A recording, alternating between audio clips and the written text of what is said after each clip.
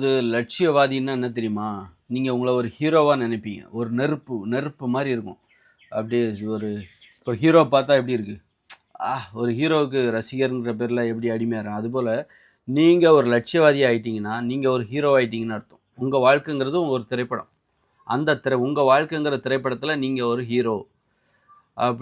அப்போ நம்ம லட்சியவாதியா இருக்கணும். அப்பதான் நம்ம ஒரு ஹீரோவா உணர முடியும். ஒரு ஹீரோவாக இருக்கிற அந்த உணர்வு இருக்குல்ல, அது ரொம்ப அற்புதமான உணர்வு. அந்த உணர்வ நாம பெறணும். அந்த உணர்வ தொடணும். நம்மள வந்து ஒரு ஹீரோவா இருக்கணும். அந்த உணர்ச்சிய அந்த உணர்ச்சிய நமக்குள்ள தான் இருக்கு அது. அதற்கு தடையா நெறைய விஷயங்கள் இருக்கு. எது எது நாம எது தடைன்னா, ஹீரோன்னா என்னது? அவர் சுதந்திரமா இருப்பாரு. அவருக்கு அடிமைத்தனமே இருக்கக்கூடாது. அவர யாரும் அழிக்க முடியாது. அவரு தான் ஹீரோ. ஹீரோன்னா என்ன? அவர யாரும் அழிக்க முடியாது. அதுதான் ஹீரோ. அப்படின்னா, நம்மை அழிக்கக்கூடிய எதோடையும் நாம பழகணும். நாம ஒரு ஹீரோவா இருக்கணும் அப்படின்னா, நீங்க ஒரு பெண்களா இருந்தா ஹீரோயினியா இருக்கணும். அப்ப நம்மள அழிக்கக்கூடிய இந்த உணவுகள் இருக்குல்ல, இதெல்லாம் நம்ம சாப்பிடக்கூடாது. இது நம்மளை அழிக்கும். அப்படின்னா நம்ம ஹீரோவா இருக்க முடியாது. நமக்கு ஹீரோ அப்ப நம்ம இந்த உணவுகள் தான் அப்ப ஹீரோவாயிரும். நம்ம ஹீரோவாயிடுவோம். நம்ம உடம்புக்கு நோய்கள தருது பாருங்க. அந்த உணவுகள சாப்பிடும்போது, நாம ஒரு ஹீரோவா நம்மள உணர முடியாது. அந்த உணவு தான் நமக்கு ஹீரோ. பிரியாணி தான் ஹீரோ. இட்லி தான் ஹீரோ. பூரி, பொங்கல், தோசை, சிகரெட்டு, மதுபானம் இதுதான் ஹீரோ. ஏன்னா இதெல்லாம் நம்மள அழிக்கும். நம்மள வீழ்த்திரும். நம்ம அது கூட தோத்துருவோம். நம்ம அந்த உணவுல கண்டிப்பா தோத்துருவோம். அது நமக்கு கண்டிப்பா நோய குடுத்துரும். அப்போ நம்மை தோற்கடிக்கிறவர்களோடு அதை நம்ம வீழ்த்தணும். அப்படின்னா, அத நீ சாப்பிடாத. உனக்கு நோய தருகிற உணவுகள நீ சாப்பிடாம இருந்துட்டா, நீ ஹீரோ ஆயிடுவ. அது ஒண்ண அழிக்க முடியாது.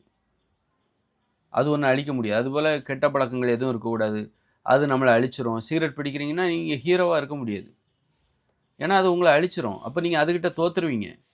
ஒரு சிகரெட்டு கிட்ட நீங்க தோத்துருவீங்க. மதுபானம் உங்கள அழிச்சிரும். மது குடிச்சவங்க அழிஞ்சு போயிடுவாங்க. அதான் வரலாறு.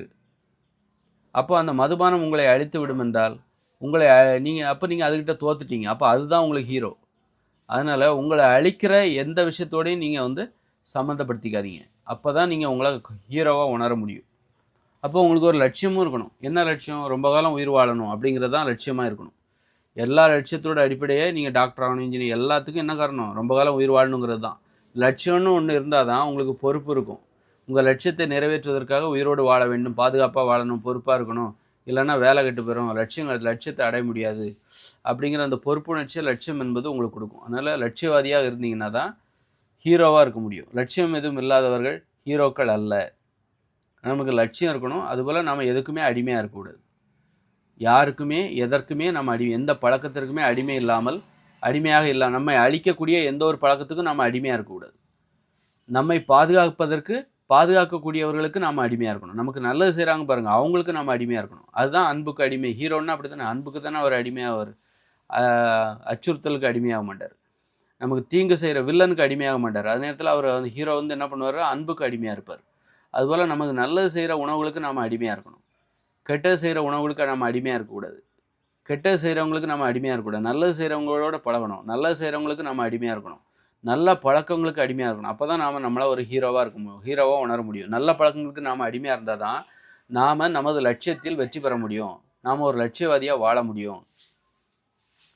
நீங்க உங்களுக்கு கெடுதல் பண்ற பழக்கத்துக்கு நீங்க அடிமையாயிட்டீங்கன்னா, உங்க லட்சியத்த நீங்க அடைய முடியாது. நீங்க ஒரு ஹீரோவா வாழ முடியாது.